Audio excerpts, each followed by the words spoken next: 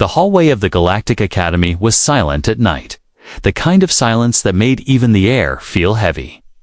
The human exchange student, known simply as the Terran, walked slowly, holding a small bag of books. His dorm was at the far end, past a long stretch of white glowing walls.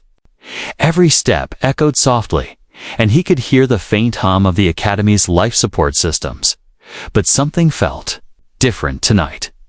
He paused mid-step, that sound too light to be footsteps, too soft to be machinery brushed against. His ears, it came from behind him. He turned, the corridor was empty. The doors were closed.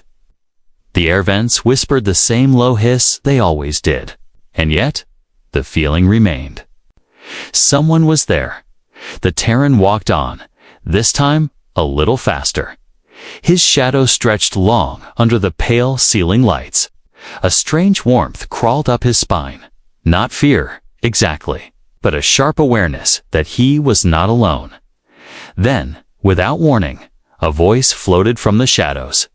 "You walk differently than us." He froze. From the dim end of the hallway, a figure stepped forward. She was tall, slender, and her skin had a faint silver-green glow under the lights. Her eyes were large, the pupils like liquid metal, and her hair, damp, as if from a recent shower, clung to her shoulders in dark. Sleek strands, she stopped just a few steps away and tilted her head, studying him like a rare object. "I have never seen the way your muscles move," she said softly. "It's unusual." The Terran swallowed, unsure if this was a compliment or a warning. "I'm human," he replied carefully. "We're built differently." She too. A slow step closer. "Yes," she murmured. "I know. That is why I followed you." There it was, the confirmation he didn't want. She had been behind him the whole time. Her gaze didn't waver. It wasn't aggressive, but it wasn't shy either.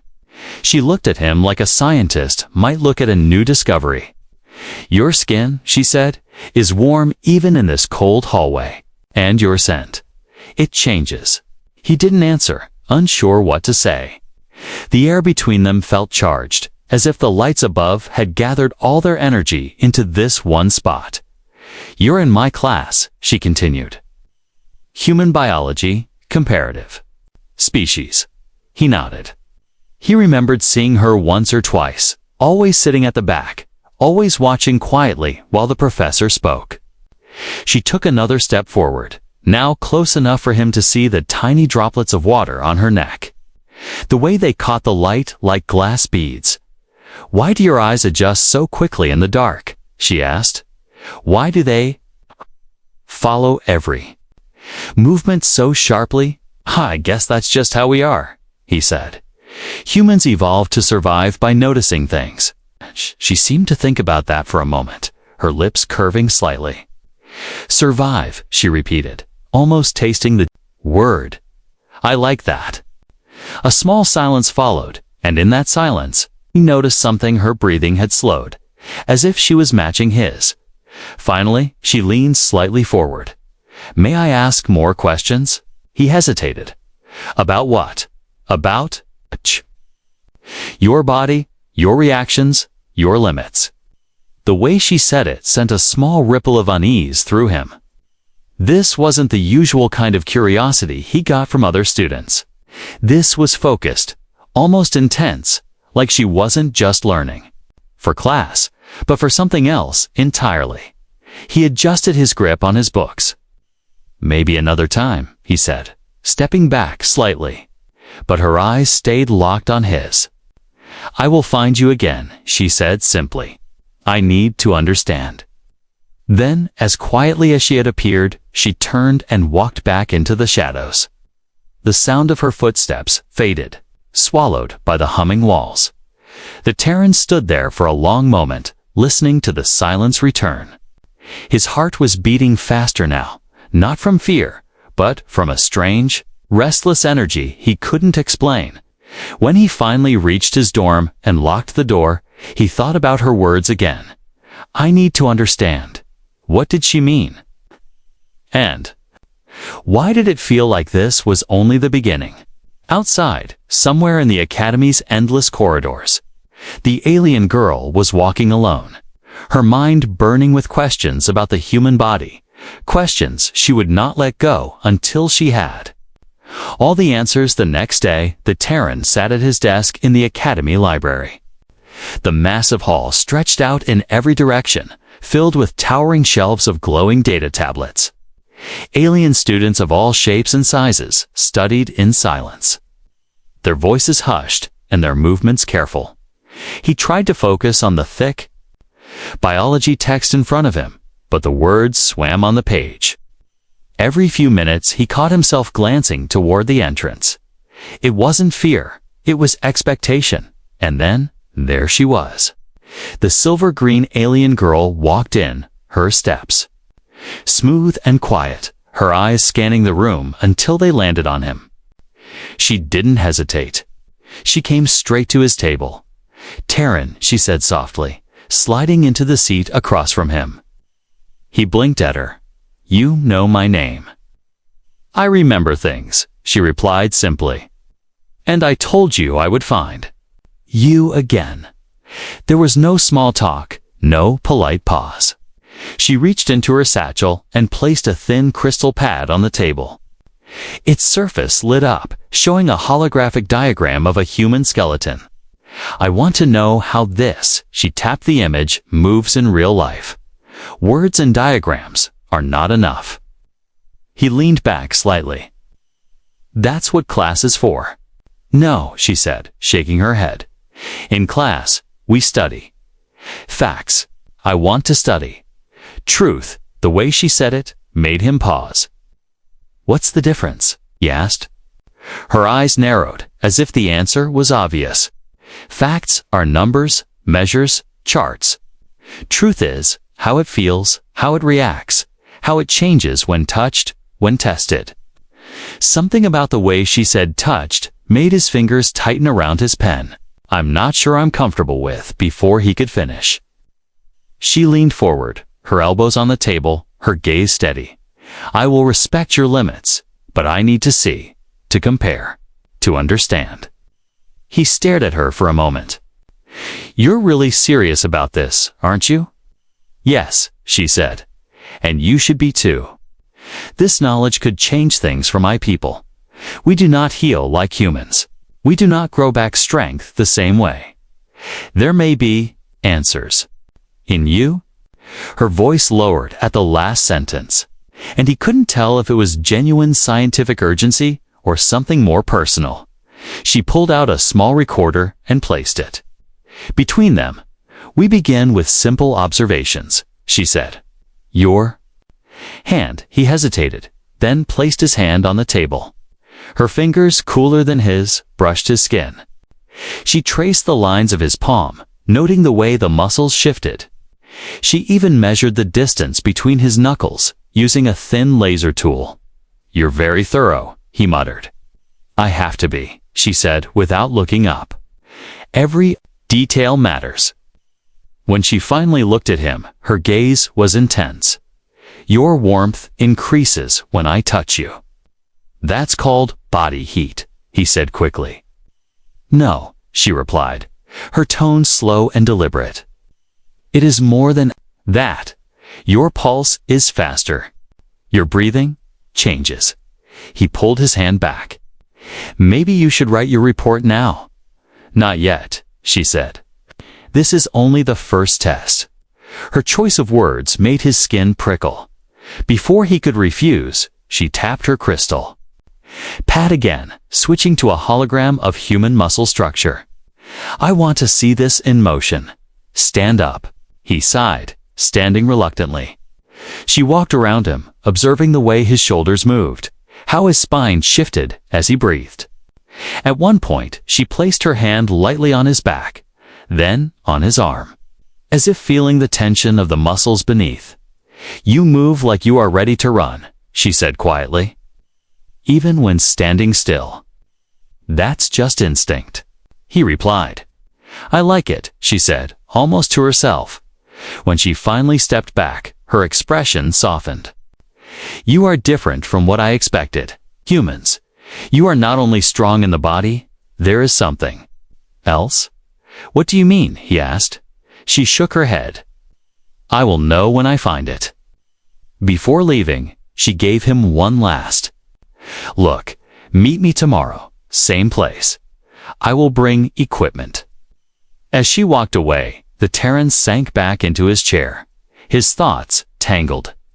She was serious, and whatever she was searching for, it was more than just biology. The next evening, the Terran returned to the library, though this time his steps were slower. Part of him wanted to see if she would actually come. Another part of him hoped she wouldn't. The long tables near the back were almost empty. Only the low hum of the glowing wall lamps filled the air. He sat down, pulling out his datapad, pretending to read. It didn't take long. She appeared from between the shelves, walking with the same calm, steady pace. Her eyes fixed on him from the moment she spotted him. You came, she said simply. You told me to, he replied. She sat across from him, placing a small black case on the table. The case looked harmless until she opened it. Inside, nestled in soft padding, were strange, sleek tools. One looked like a thin silver ring, with a glowing blue core. Another was a flat crystal plate etched with faint runes. There was also a small sphere, dark and smooth, that gave off a faint hum. What is all this? He asked slowly. She touched the sphere gently. These are resonance readers. They measure energy, reaction, and rhythm. They can detect things your medical tools cannot. He raised an eyebrow. And you brought them here because? Her silver-green eyes locked on his. Because I want to run a complete scan of your body. The kind that requires close contact. His fingers tightened around his datapad. Close contact. Yes, she said, without hesitation. Our equipment reads best when there is no barrier between sensor and skin. Clothing would block the resonance. He stared at her, trying to read her expression. It was calm. Almost professional, but there was a spark in her eyes that didn't feel like pure science. I'm not sure I'm comfortable with that, he said carefully. She tilted her head, studying his face. You do not have to be afraid. I will respect you, but this is important to me. He frowned. Why? She hesitated, her gaze drifting briefly to the tools before returning to him. Because my people have weaknesses, your kind does not. We break in ways you do not. Our bodies heal slow. We tire quickly in certain environments, but humans do not. If I understand your body completely, maybe I can give my people what they lack. Our words carried weight. But something about her tone made it feel personal, as if she wasn't only talking about her people. After a moment, he sighed. If I agree, what exactly happens? She leaned forward, speaking in a low voice. First, I place the resonance ring on your arm to map your blood flow. Then the crystal plate to read your muscle fibers.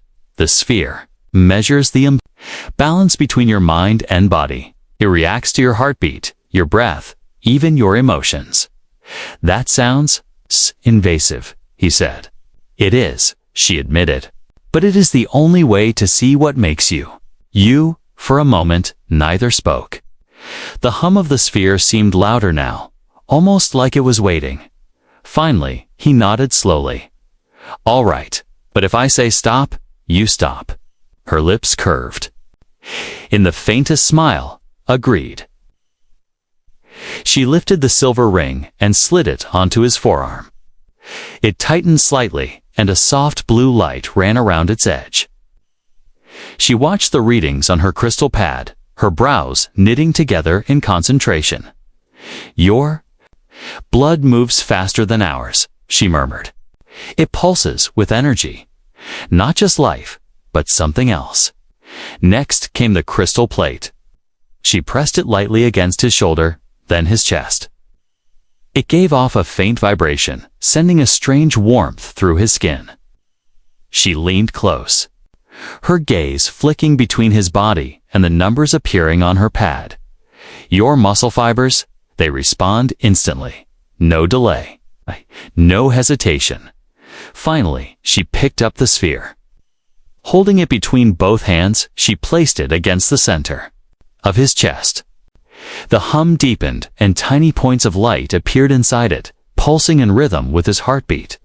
Her voice dropped to almost a whisper. Your body changes when I'm close. Do you feel it? He swallowed. Maybe. The sphere's lights brightened. She stared at them for a long moment before looking back at him. Your emotions affect your body more than you know. That is fascinating. When she finally put the tools away, she closed the black case with care. We are not finished, she said, but this is enough for today. As she stood to leave, she paused, looking down at him. Tomorrow, I want to see how your body reacts under stress. He frowned. Stress? She smiled faintly. Yes, physical and emotional. And just like that, she walked away, leaving him with a hum of the sphere still echoing in his chest, and the uneasy feeling that the next session would push him further than he expected.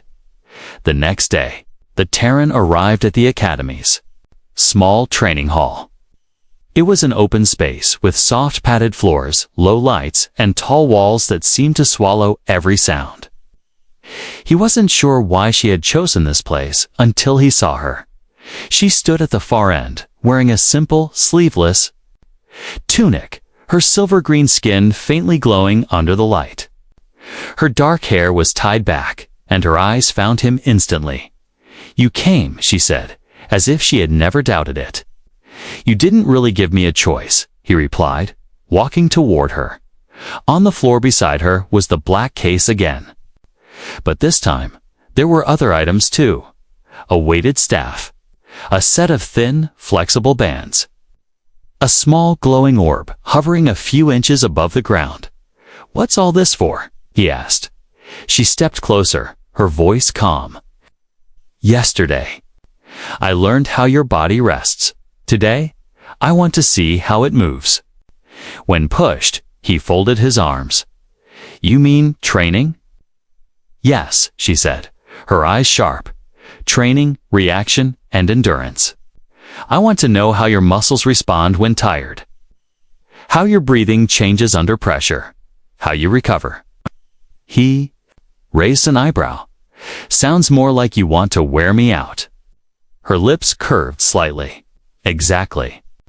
Without warning, she tossed the weighted staff toward him.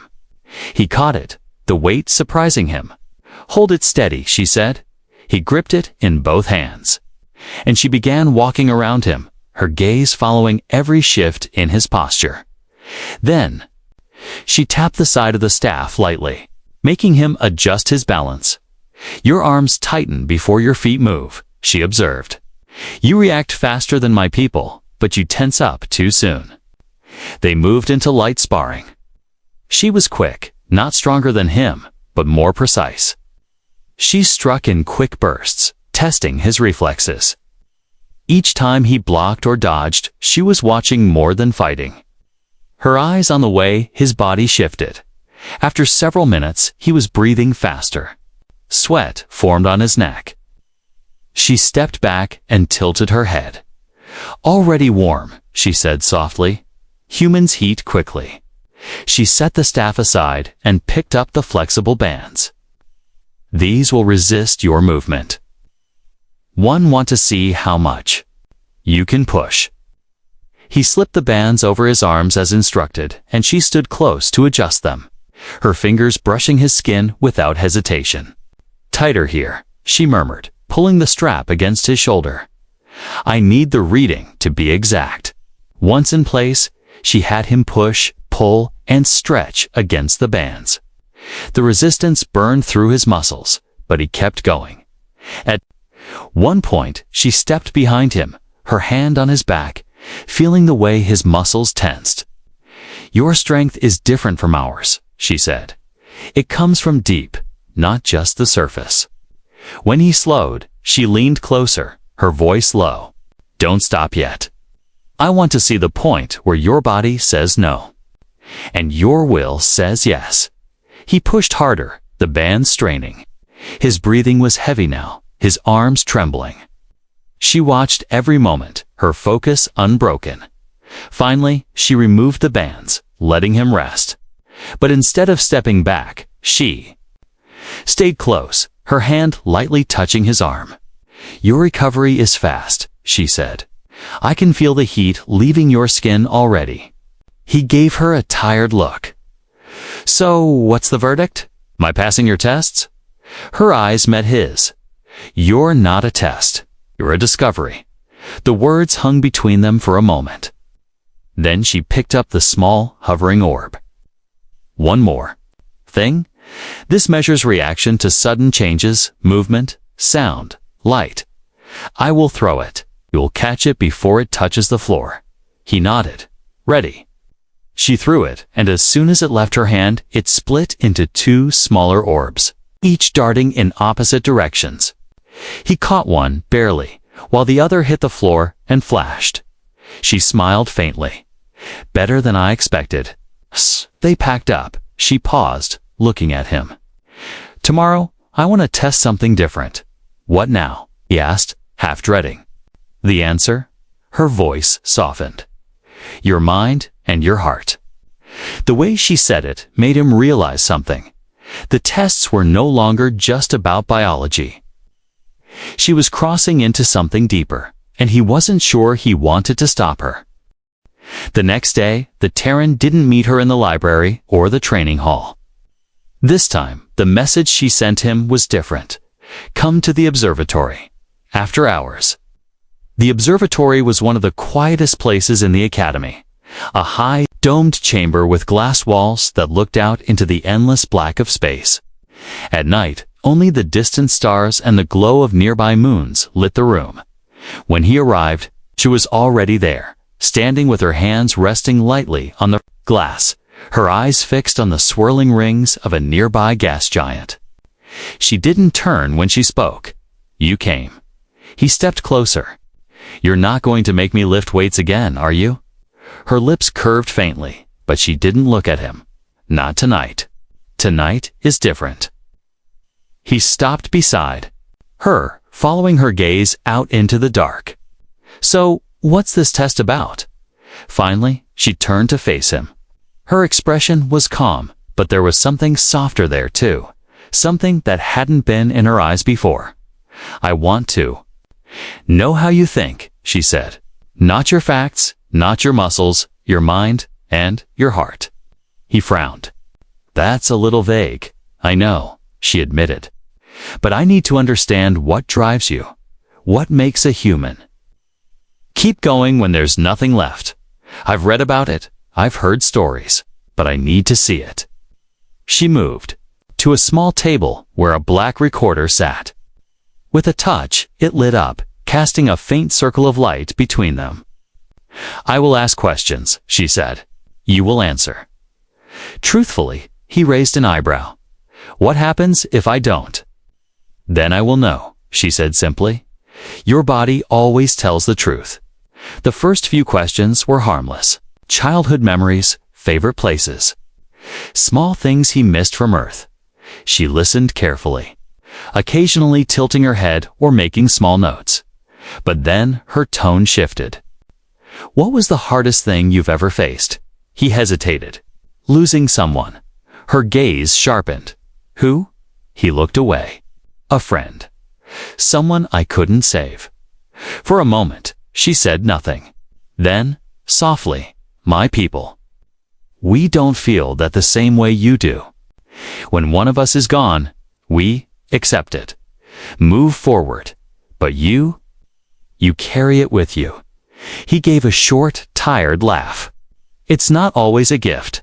Her next question was even more direct. "Would you risk your life for someone you barely knew?" He thought about it. "Depends who they are. Depends if they need me." "That's what I don't understand," she said quietly. "Why would you take a wound meant for another? Why endure pain for a stranger?" He met her eyes. "Because sometimes no one else will." She looked at him for a long moment, and something in her expression shifted. Then she said, "I have to tell you something." He waited, but she seemed to weigh the words carefully. Finally, she spoke. "The reason I've been studying you, it's not only for knowledge, it's because I've felt something around you that I've never felt before. At first, I thought it was just curiosity, but it's more." He stayed silent, unsure if she was about to confess or warn him. "My people are not supposed to connect with outsiders this way," she said. "It is discouraged. It is seen as weakness. But I don't believe that. Think it's strength. And when I'm near you, I feel that strength." He opened his mouth to respond, but footsteps echoed from the far side of the observatory. They both turned. 2 alien students stepped into the light. They looked older, their uniforms marked with the insignia of the Academy's elite council. One of them spoke, his tone sharp. "You've been spending a lot of time with the Terran?" She straightened. "That's my choice." "It's a mistake," the other said. "You're risking your position here. And for what? To study a species that will never be accepted among us." The Terran stepped forward. "Hey," but the first alien cut him off. "Stay out of this, human." She moved between them, her voice cold. "He is my research, and he is under my protection." The council members exchanged a look, then turned and left, their footsteps fading into the dark. For a long moment, silence. Returned, she turned back to him, her jaw tight. "Now you see why I told you the truth tonight. This isn't just about science anymore. It's about choice." He studied her, realizing for the first time that her fascination with him was tangled with risk, and that whatever came next, they were already in deeper than either of them had planned. The day after the encounter in the observatory, the Terran noticed things had changed. The silver-green alien girl wasn't walking freely through the Academy halls anymore. Now, she moved quietly, watching corners before she stepped into open spaces. When they crossed paths in the library, she didn't greet him openly. Instead, she slipped a folded note into his hand as she passed. It read, "Tonight, my quarters. Power outage, window." He frowned at the words. The Academy rarely had power cuts, but when it did, security systems went half-blind. That meant she didn't want anyone tracking the meeting. When night came, the corridors were darker than usual. The usual white lights flickered dimly, and the hum of the life support systems was lower, almost sleepy. He reached her door and tapped the control panel. It slid open a crack, and she quickly pulled him inside. The room was lit only by a small crystal lamp on her desk. Shadows painted the walls, and the quiet was deep enough to make his heartbeat sound loud. "You made it," she whispered. "You didn't give me much choice," he replied, trying to smile. She gestured for him to sit. "I didn't want anyone to see us together today. The council is watching. They think you're distracting me." He sat down slowly. "And are you?" Her eyes met his. "Yes, but not in the way they think." For a moment, neither spoke. The tension wasn't sharp like fear. It was heavier, slower, like the air itself had thickened between them. Finally, she moved closer, sitting across from him on the small floor mat. "I told you I wanted to test your mind and heart. What? After last night, I think I already know." He leaned back slightly. "Then, why am I here?" Her voice softened. "Because I need to decide what to do. And I can't decide without being near you one more time. Without hearing you speak freely." The flickering crystal lamp threw faint light over her face, catching in her silver eyes. She studied him quietly, almost as if memorizing him. "What are you afraid of?" she asked suddenly. "Losing people," he answered without thinking. "Not because they leave, but because something takes them away." Her gaze didn't waver. "And if I told you that staying near me might put you in danger?" He hesitated, Then I'd ask if you think I'm the type to walk away, because of that?" Her lips curved in the faintest smile. "No, I don't think you are." A soft vibration hummed through the floor, the sound of the power grid fully shutting down. The room dimmed even more. She leaned forward, her voice barely above a whisper. "When the lights go out, my people say it is the moment when truth hides in plain sight." He tilted his head. "What does that mean?" "It means we say things we wouldn't say in the light." For a moment, she didn't speak. Then, quietly, "When I am near you, I feel different. My heartbeat changes, my thoughts slow. It's like I can sense something in you, pulling me closer, even when I should be stepping away." He was silent, unsure what to say. She reached out slowly, placing her hand over his. Her skin was cooler than his, but the contact sent a strange warmth spreading up his arm. "I've touched many in the name of study, but only with you. Do I feel my own reactions changing?" The silence stretched. The low hum of the life support system filled the space. Finally, she pulled her hand back, her expression guarded again. "When the power returns, so does the watch of the Academy. I don't know how long I can shield you from it." He leaned forward. "Then maybe it's my turn to protect you." Her eyes softened, and for the first time, there was no scientific distance in them, only something human, even though she wasn't. A faint chime rang through the walls, the signal that the outage was ending. Lights flickered brighter, shadows retreating. She stood quickly. "Go now, before anyone sees." He stepped toward the door, but paused. "We're not done." "No," she said, her voice low. "We're not." As he left, he knew one thing. The next time they met, it wouldn't be in secret because of curiosity. It would be in secret because they were now part of something far more dangerous.